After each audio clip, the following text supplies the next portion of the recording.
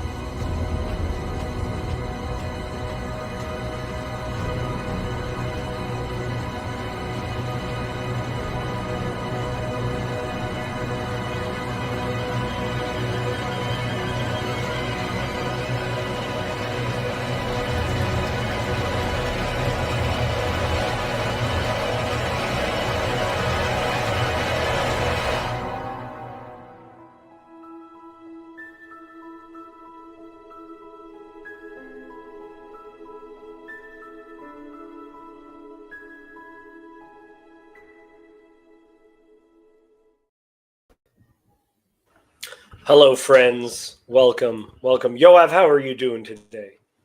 I'm fine. How are you? I'm doing good. I'm doing very well. Oh shoot!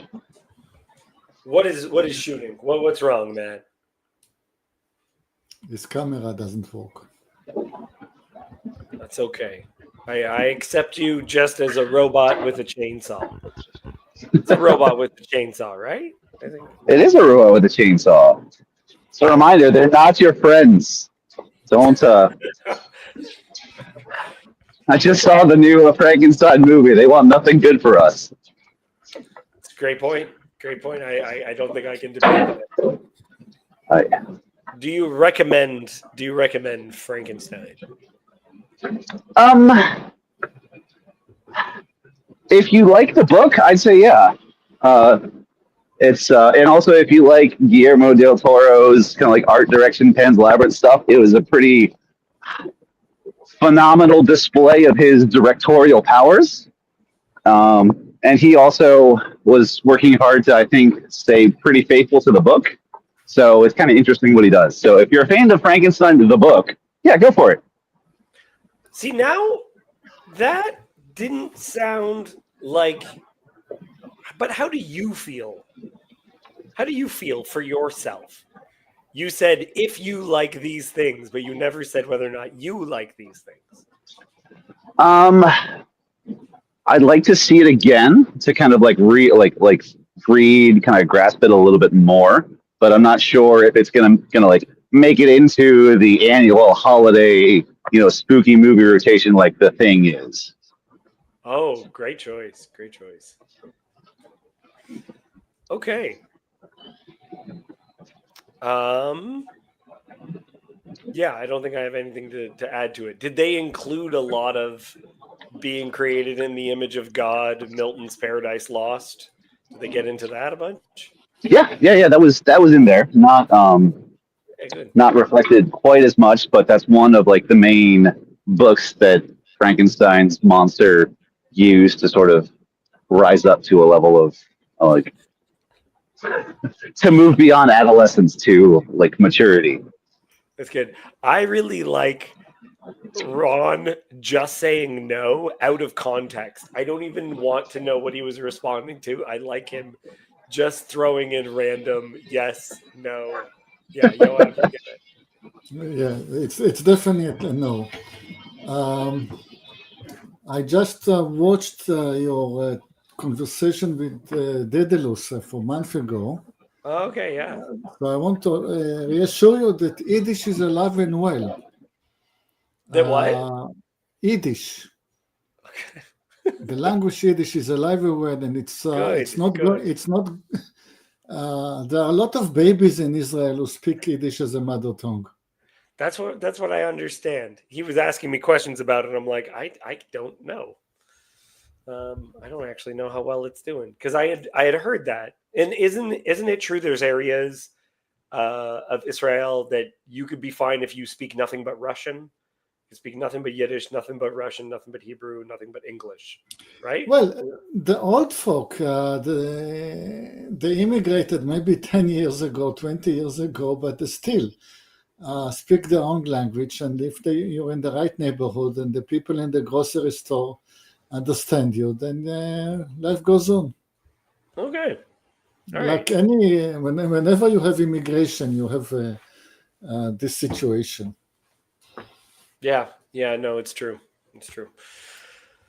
Okay, let's get into the text. I hope you enjoy that conversation. He asks me a bunch of very we didn't talk about what I thought we were going to talk about, but it was still a good conversation, I feel. I think I even addressed that. He asks me a question, I say, "Is this what we're talking about?" Because I thought it was going to go in different places. Yeah, he said, well, no, don't worry, we will get to it at the end. Correct. All right. Matt, would you be so good as to be my reader? Yeah. I'll do what I can as I'm able. Nice. Let's Okay. see what we got. Okay. And the word of the Lord came to Jehu, the son of Hanani, against Baasha, saying, "Since I exalted you out of the dust and made you leader of my people, and you have walked in the way of Jeroboam and have made my people Israel to sin, provoking me to anger with their sins. Behold, I will utterly sweep away Baasha and his house, and I will make your house like the house of Jeroboam, the son of Nebat. Anyone belonging to Baasha who dies in the city, the dog shall eat. And anyone of his who dies in the field, the birds of the heavens shall eat. Yo, The rest of the accent. are you enjoying the dramatic flourish?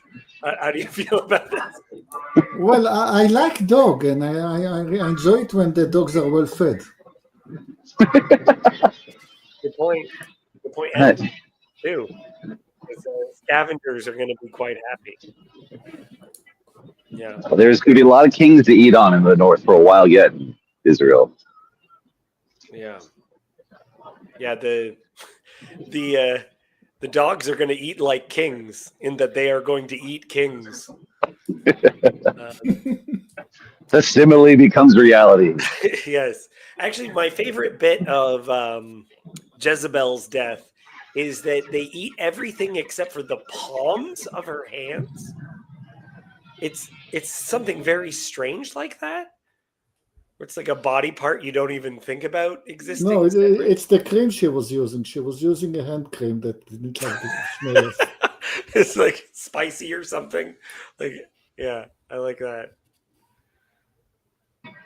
They wanted nothing of her unnatural preservatives. Yeah. No, I think Jason's right that when Dagon falls, the way that the statue falls apart is how she falls apart. Oh, that's good. That's good. Yeah. Well, we've also seen these images where an animal goes to eat someone and can't finish them because they're gross. Like even the dogs know that's gross. Yeah. No, It's also Jason, you're definitely correct. Yeah, an interesting callback to the unnamed prophet who prophesied against Jeroboam, who was killed but not eaten. That's you disobeyed and you're going to be punished, but not desecrated. Yeah. We just make you as dirty as possible, essentially, in your death.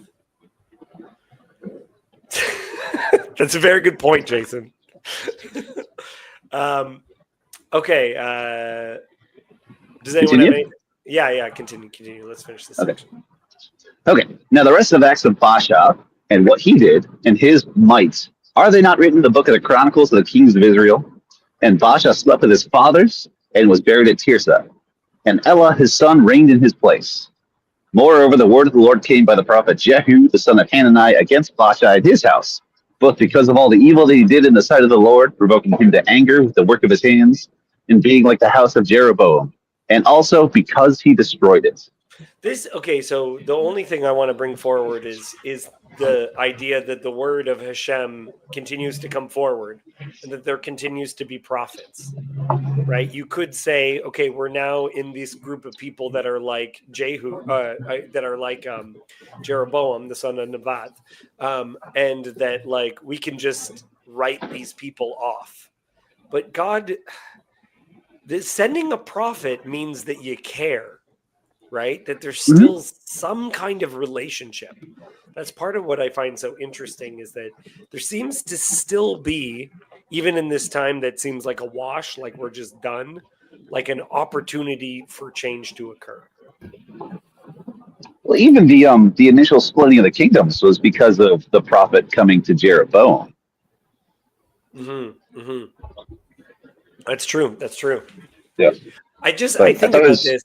I had a conversation once with someone who is a compulsive liar, right? And I was so thoroughly convinced that they were a compulsive liar that they would they said, well, can't we talk about this? And I said, no, we can't, because I on a fundamental level don't trust you.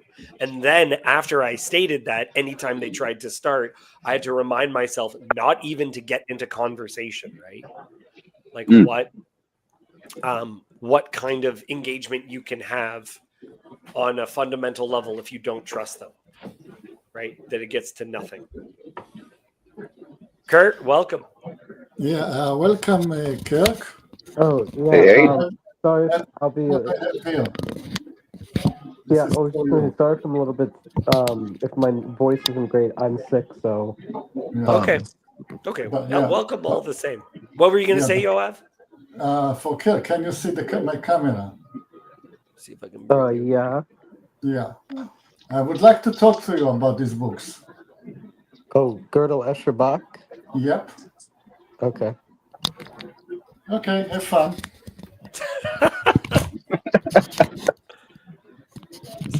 Michael Sartori of Sartori Studios has joined us as well. I'm also sick. I must have caught it from Kirk. Was it a computer virus? It must have been a computer virus. Yeah. too much viral content. Yeah, yeah. I don't. Okay, we're not going to talk about Jezebel and in connection with the goddess of love, Ishtar in Gilgamesh. We're not going to talk about that. Yeah. Okay. Even dumb. Not prophets. today, at least. That's not in the text. Give it a couple weeks. Yeah. Yeah. It's true. It's true.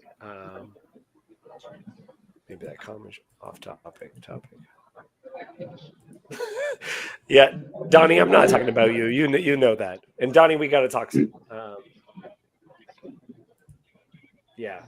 Yeah, I would agree with Yanni is saying. The joke is compulsive liars don't even realize they are lying. To some extent, I believe that. Okay, does anyone have anything else to say about the relationship between God still sending prophets and all this business? Sure. Just the last line there, where it says, provoking the anger, being like the house of Jeroboam, and also because he destroyed it. Which, was it he sent to do the destroying? There's this interesting, just because somebody is used as a divine tool, does that mean that somebody is operating under divine approval? And No, because we have a saying in Aramaic called "Atafata tifuto matifai chetufun." Tell us about the fata and the funta. The story is that the rabbi and his students were walking by a stream and they saw a skull floating by. And the rabbi said to the skull, for you have been drowned, and those who drowned you will be drowned. I like it. Okay. Yes. For me, I said this before, and it's just the way that I read. It's the and it's probably me working out my trauma, as the kids today say. I had an older brother who would be put in charge of me, and he would punish me beyond what I should be punished for, so then he would be punished for punishing me. There's like an amount of authority that he would have over me, and he would be allowed to do that. But then he would go overblown, and he also wouldn't have authority to do so, and so he would be punished for punishing. Right? We see this a bunch of times in the Jewish Bible, where it's God says, "I'm going to raise up someone to discipline Israel," and then but Babylon gets they go a little too far, so now I have to raise up someone to punish the punisher. It's too much. It was too much. Yeah, I was just thinking that the whole thing with the prophets, God keeps sending them, it's like, if you think about whenever we have like elections in our countries or whatever, the political party in charge may change, but it's always like a pretty even split or something, it's not like Sodom and Gomorrah where you couldn't even find 10 decent men. So, there's always a mix of people that are probably trying to follow God and those that aren't. And even if it's like the whole country is going bad, I just had the thought of like,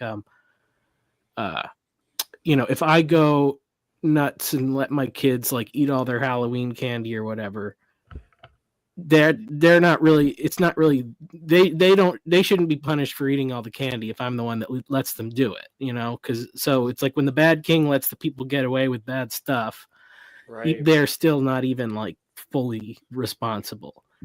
Michael, I feel like I was inspired while you were speaking that the going too far right, too far left, like over adjusting, the pendulum swinging back and forth, could be read into some of these things. That the Yeah. correction comes, but then the correction goes too far, and then the correction has to be punished or corrected as well.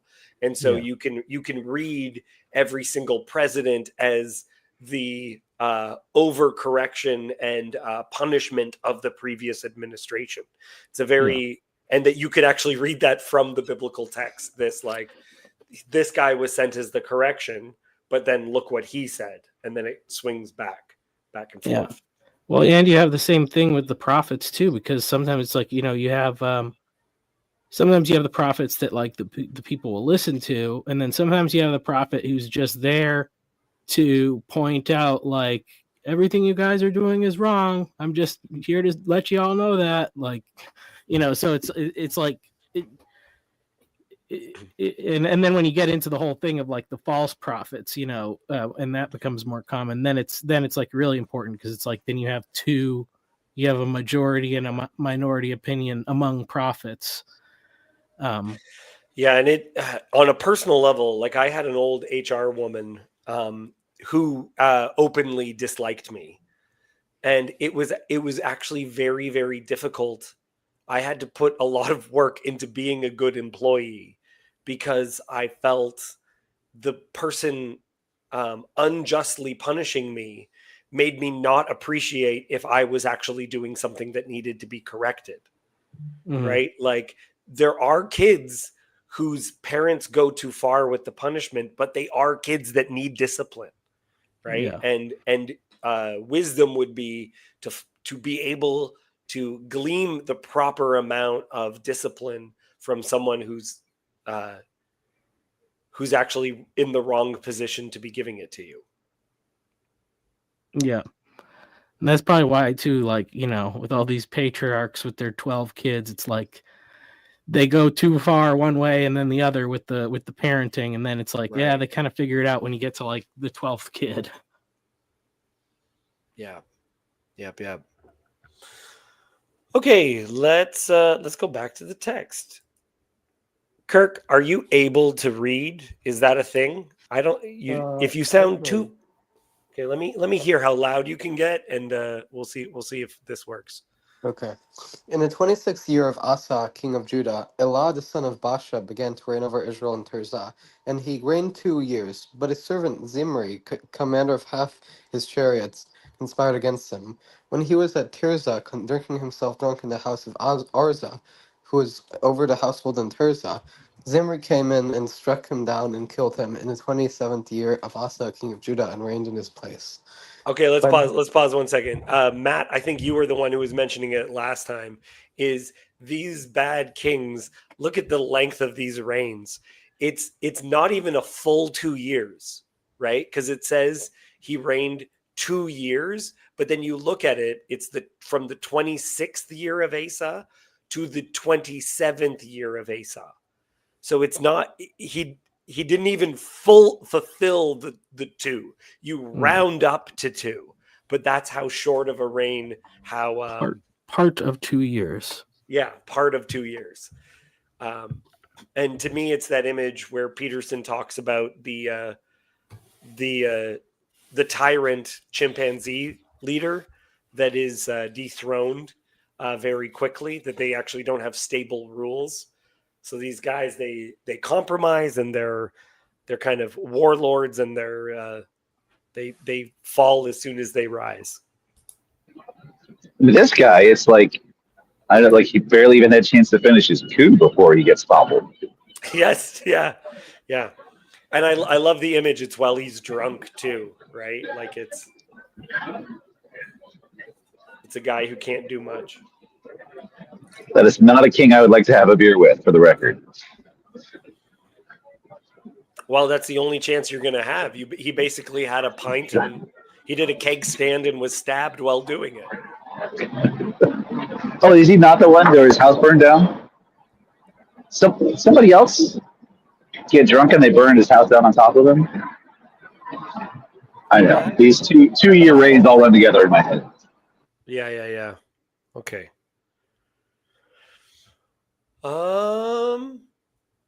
Okay, let's continue, shall we? I'll get Michael. Would you be willing to read for me?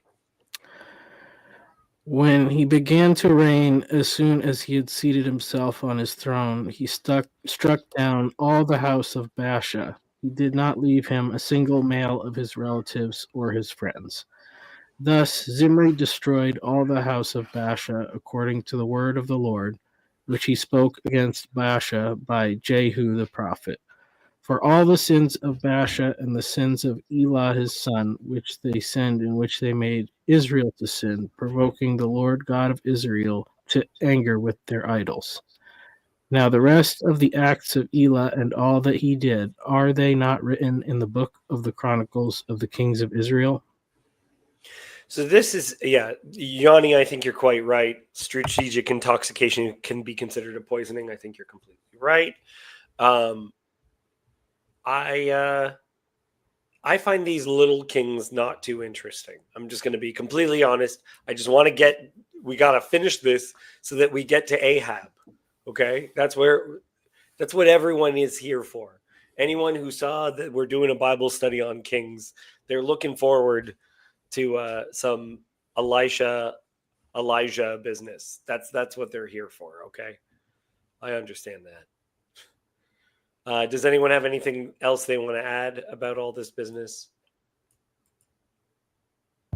It's pretty costly if you try to become king.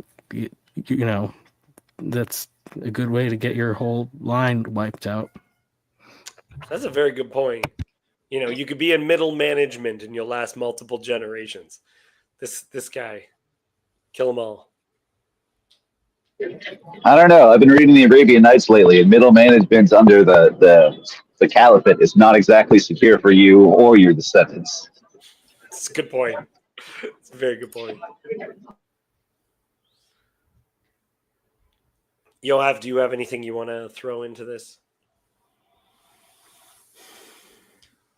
I wonder how you manage to kill everybody. I mean, nowadays, in modern times, when everything is computerized and you have passports, easy to trace people down. Those days, something bad is happening in the capital. You go on your camel and you disappear into the desert or into Egypt or into the woods. It's quite a task to really kill everybody. You got to show up to like a family reunion. That's what you have to do. Yeah, it works the first time. Well, I think there's a difference too. Like, you know, sometimes it's like there's these genealogies that like God cares about, you know. So it's like, who knows who is a descendant from Abraham out among all the nations? There's tons of them, you know. Like, but God's keeping track of all that.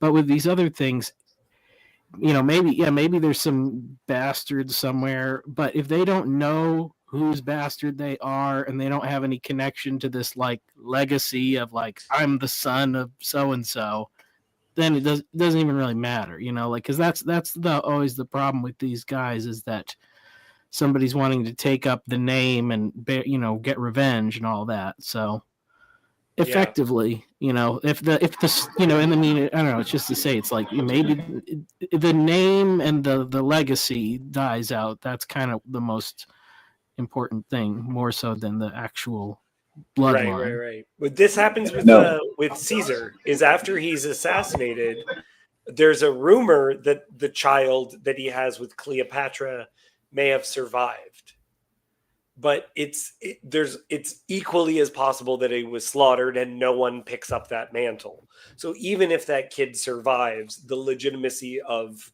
that line is gone. It's an unusable pipe, an unusable stream. Matt, what were you going to say? It seemed like you were about to say something. I was just going to make comments about there's no northern Israeli Anastasias. That's good. Wandering around in some area with amnesia. Yeah. I want to believe the weirdest things about Rasputin, and I don't want to find out that they were just urban legends. Still says something about somebody if you're a character larger than life enough that you get a lot of urban legends attached to you. That's not nothing. It's true. It's true. Yeah. Or that the cartoon villain version of you is actually less terrifying than just a regular picture of the guy. Hey. Yeah, no, no. The aura of that guy in his pictures. Oh my gosh. No, no. There's something super not going on with that loser. Mm-hmm. Okay. Kirk, can I get you? Can I get you to read? Yeah. In the 27th year of Asa, king of Judah, Zimri reigned 7 days in Tirzah.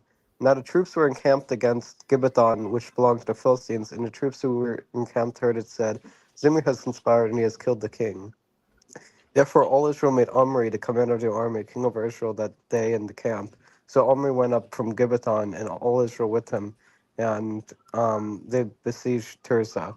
And when Zimri saw that the city was taken, he went into the citadel of the king's house and burned the king's house over him with fire and died. Because of his sins they committed, doing evil in the sight of the Lord, walking the way of Jeroboam, and for the sin which he committed, making Israel to sin. Okay, pause Now, 1 second. So, Matt, there's the fire that you wanted. There's the arson.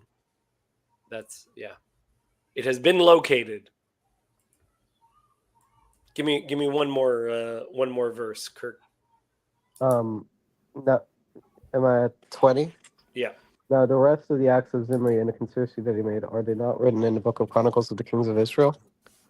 Any comment, Matt? Do you have any comments about this? This arson? The only thing is, like, why does Zimri even get to be called a king if he doesn't? Like, this is the guy who started the coup, and then his buddy who's in charge of the half the army is like, no, this guy sucks. We're not going to follow him. Yeah. I mean, it's like, is his reign even shorter than Ila's? Like, where's the dates there? It's one of those things like when you have the multiple popes. I wanted like even if it's the shortest, the shortest presidency still counts. If you do the ceremony, even if it's so short lived. Guess so. I love it. I love that detail. Okay. Michael, would you read for us? Then the people of Israel were divided into two parts. Half of the people followed Tibni, the son of Ginath, to make him king, and half followed Omri. But the people who followed Omri overcame the people who followed Tibni, the son of Ginath. So Tibni died, and Omri became king. In the 31st year of Asa, king of Judah, Omri began to reign over Israel, and he reigned for 12 years. 6 years he reigned in Tirzah. He bought the hill of Samaria from Shemer for 2 talents of silver, and he fortified the hill and called the name of the city that he built Samaria, after the name of Shemer, the owner of the hill. Yoav, do you want to add anything about Samaria? But this is where Samaria really kicks in its importance, where people don't realize that Samaria is the competing capital to Jerusalem.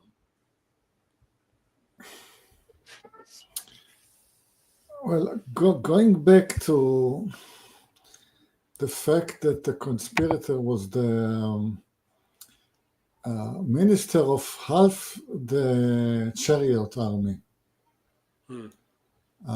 Getting confused who was this one Zimri. Why was he so unstable? Well, the army was not with him, but he was in charge of half the chariot. It's like being, when you're talking about coups, chariots do not help you. Chariots help you when you go against a foreign empire. So his power base was irrelevant for the problem. But more than that, the science or the art of raising horses and chariot building was not native to the people of Israel.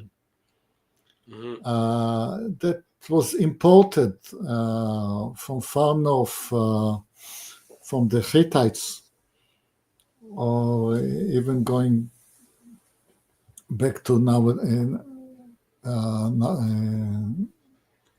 what is later known as Persia. So his half of the army was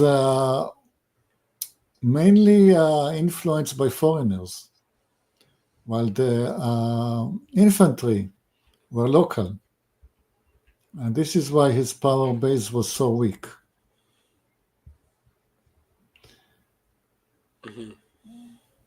And about Samaria, I'm confused because I think the geographical locality was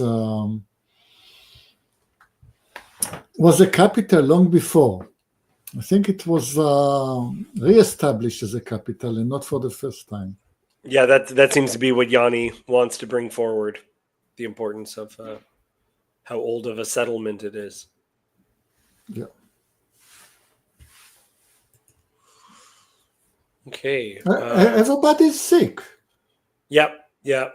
Everyone got it from Kirk. Kirk is the what is it? Typhoid Mary. Kirk is the Little Corners Typhoid Mary. Yeah.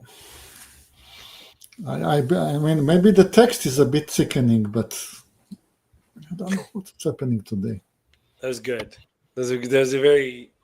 You have to have children to make a joke that bad. Kirk, finish us up about Omri, would you?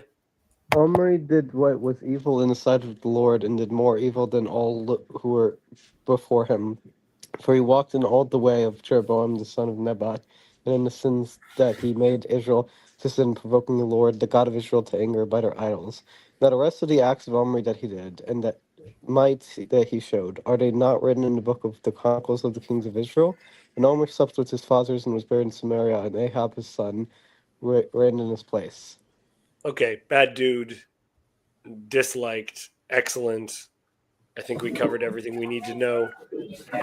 But now Well, hold up 1 second on Omri before we leave entirely, because one of the things that it's like I read in one kind of commentary that it's almost the lack of attention paid to Omri is interesting and specific, and kind of goes to show what the author really cares about. But he does reestablish stability in the North after this period of like assassination,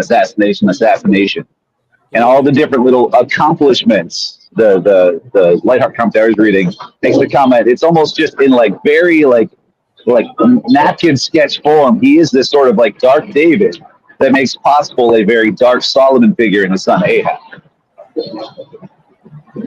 That's excellent. That's very good. Yeah, you have to have the power for its corruption to be an issue.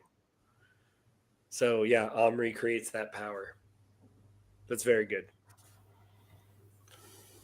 Okay, now we are at Ahab. I'll read. How about that? In the 38th year of Asa, king of Judah, Ahab, the son of Omri, began to reign over Israel. And Ahab, the son of Omri, reigned over Israel in Samaria 22 years. And Ahab, the son of Omri, did evil in the sight of the Lord, more than all who were before him. And as if it had been a light thing for him to walk in the sins of Jeroboam, the son of Nebat, he took for his wife Jezebel, the daughter of Ethbaal, king of the Sidonians, and went and served Baal and worshipped him. He erected an altar for Baal in the house of Baal, which he built in Samaria. And Ahab made an Asherah. Ahab did more to provoke Hashem, the God of Israel, to anger than all the kings of Israel who were before him. In his days, Hiel of Bethel built Jericho. He laid its foundations at the cost of Abiram, his firstborn, and set up its gates at the cost of his youngest son, Segub, according to the word of Hashem, which he spoke by Joshua, the son of Nun. End of chapter. So it's the bell in Jezebel is a reference to Baal, to Baal, which means Lord, Master, or husband. I felt. I don't know if you guys felt that exhale meant something. Tell me, Yoav, by your exhale, your thoughts on Jezebel.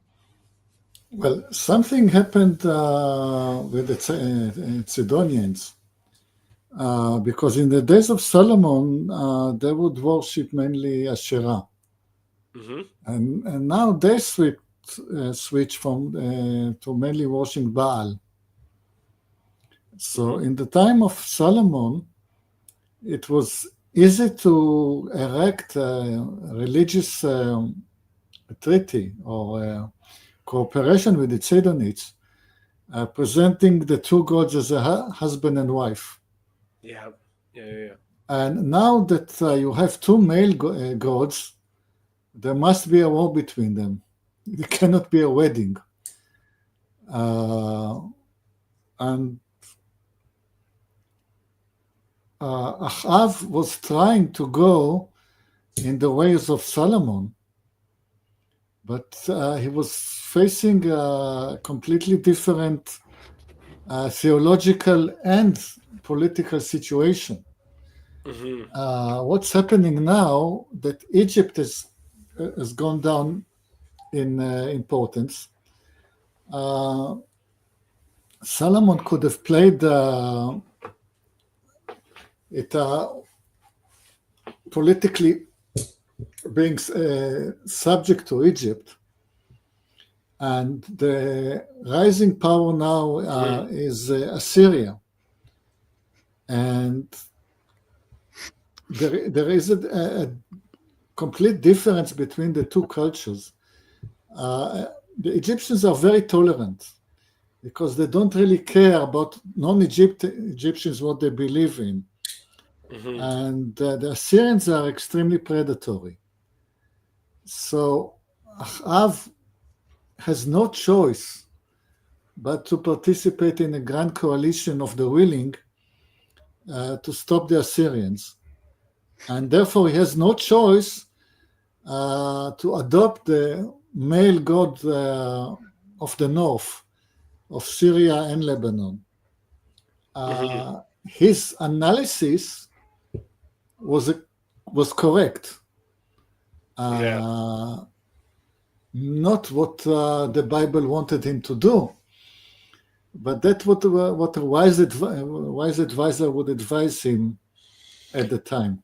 Well, it's interesting too because the Baal being the master, right? You have to you pick.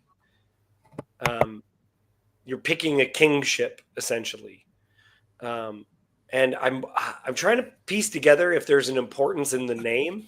Ahab essentially means uncle. Would you disagree with that translation of his name, Yoav? Of it's like. I do not disagree. I just don't understand the name. I mean, yes, it does, but it means father's brother, right? Yeah, but I don't. Something is happening to the names. If you say that each generation names becomes similar. I mean, people of one generation, their names sound the same. Like in the previous generation, then all the names end with a A. And in this generation, all the names ends with a Y.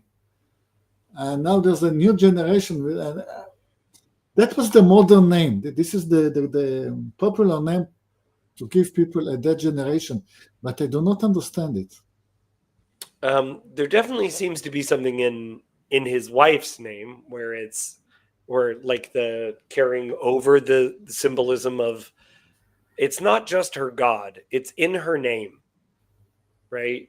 She is the, like you were saying, in the way that Solomon has a relationship to Hashem and putting forward the God of Israel to everyone.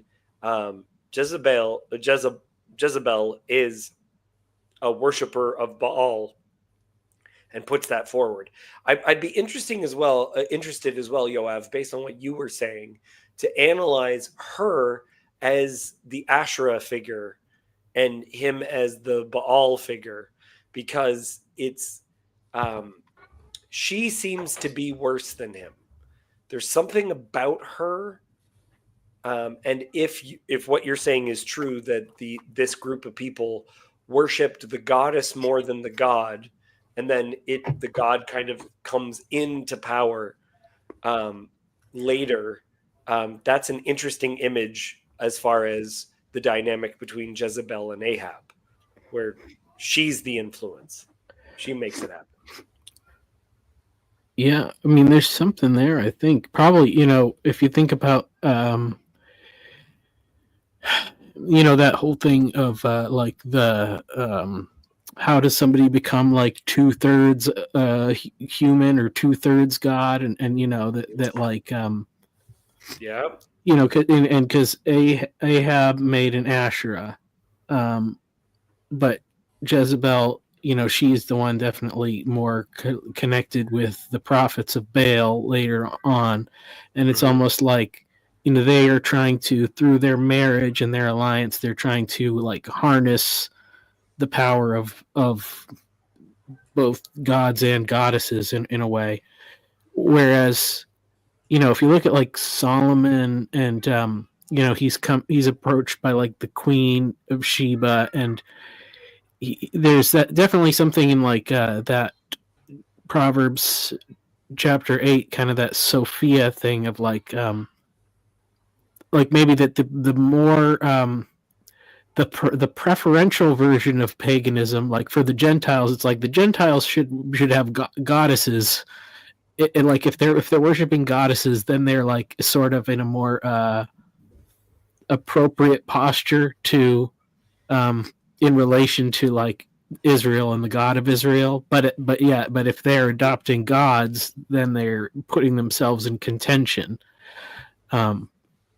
That's a very interesting point, Michael, because one of the artifacts that we have is something that says, and I'm just going to say it because it's what it says on it. There's an image where it says Yahweh and his Asherah, and it's showing a god in Israel named Yahweh, who has a bride or has some kind of a concubine, which is referred to as an Asherah.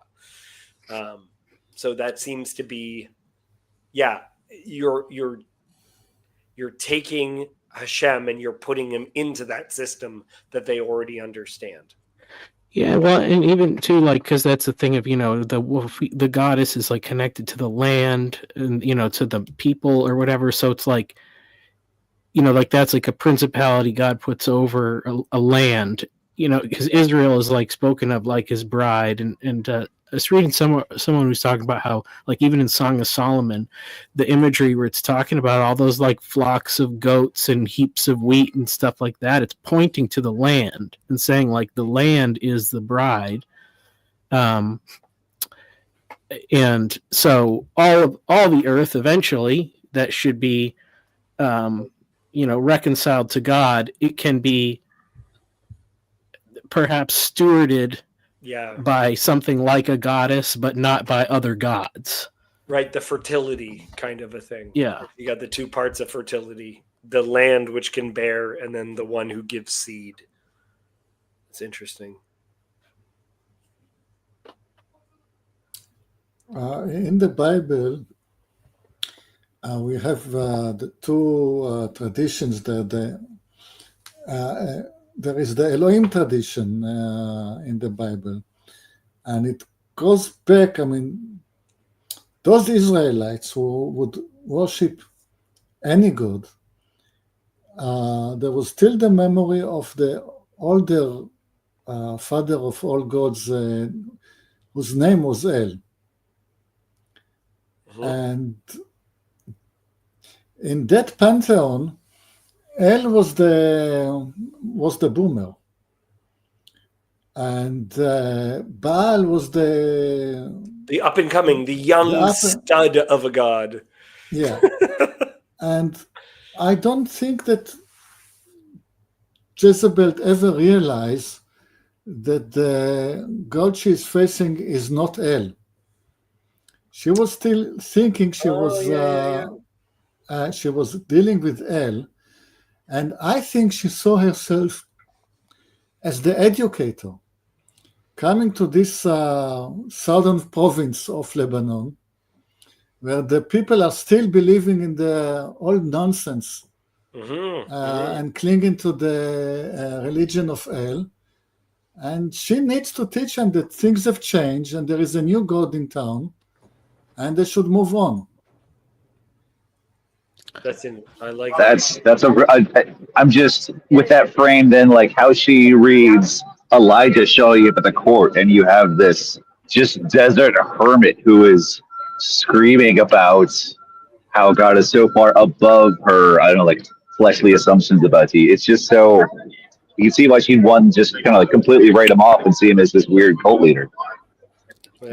Just see how confusing his name is to her. Eliyahu. Eliyahu. The Lord is God. No, El is God. El.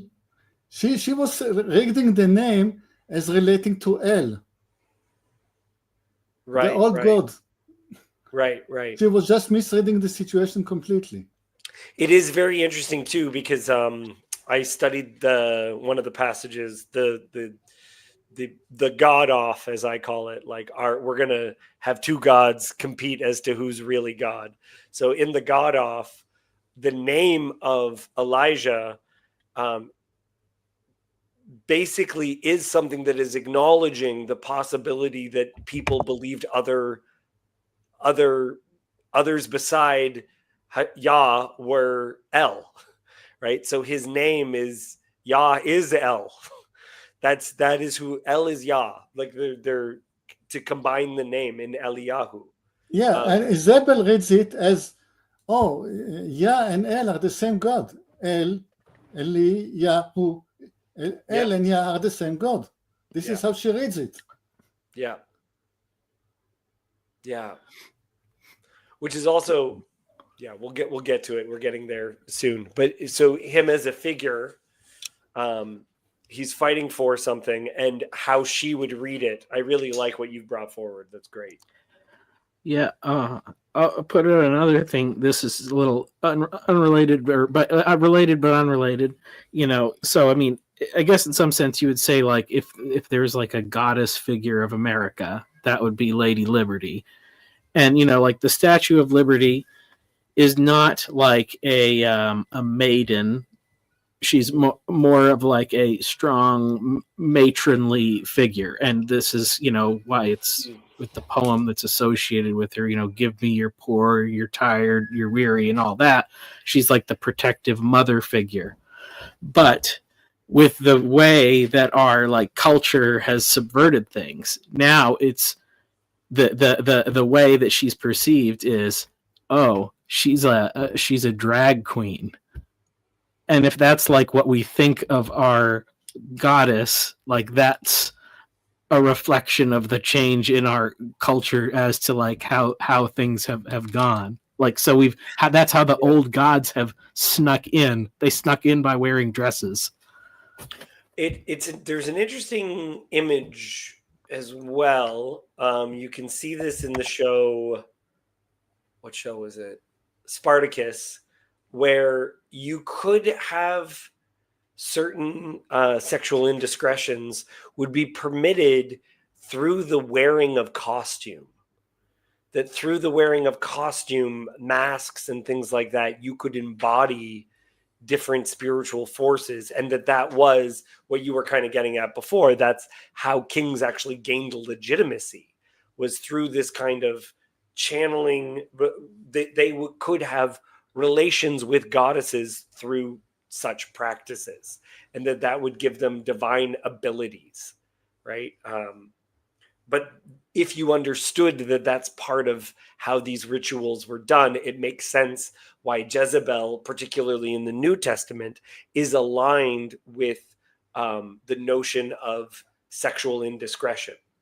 It's because that is how these gods were worshipped and how they were brought into leadership, into their relationships with kings.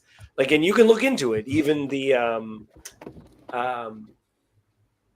emperor of Japan, that's how he, like a living person right now, he has maintained his power through specific union with the sun goddess. And you could, people are like, what? It's just symbolic. I don't know what you're talking about. I'm sure when they went into that back room and did their secret ritual, it was just symbolic that he became one with the sun goddess, right?